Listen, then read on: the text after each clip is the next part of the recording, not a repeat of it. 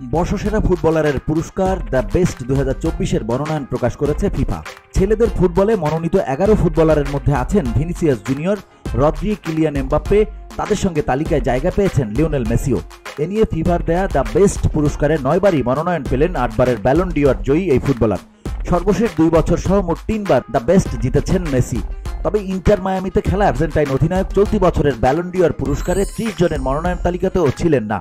The best পুরস্কারে FIFA men's প্লেয়ারের পাশাপাশি আরও 10টি পুরস্কারের মনোনয়ন তালিকা প্রকাশ করা হয়েছে।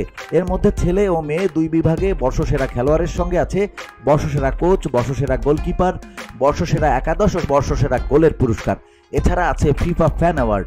প্রতিটি পুরস্কারে ভোট দিতে পারবেন ভক্তরা। 2023 সালের 21 আগস্ট থেকে 2024 সালের 10 আগস্ট সময়ের পারফরমেন্স বিবেচনায় দেওয়া হবে এই পুরস্কার। মূলত ফিফার প্রতিটি সদস্য দেশের অধিনায়ক, কোচ এবং সংবাদ মাধ্যমের প্রতিনিধির ভোটে নির্বাচিত হয় এই পুরস্কার প্রাপ্তদের। 75% অবদান থাকে তাদের, বাকি 25% আসে দর্শকদের ভোটে।